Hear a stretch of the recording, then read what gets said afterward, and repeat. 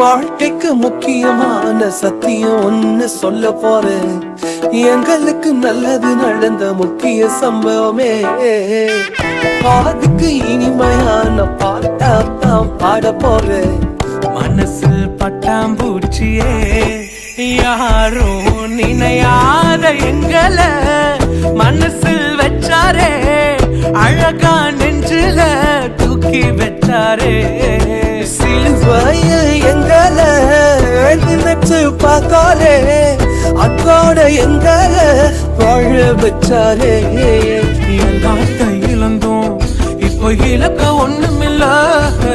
என்ன சந்தோஷம் இப்ப ஏசு எனக்குள்ள. ஐயோ என்ன சென்றோ என்ன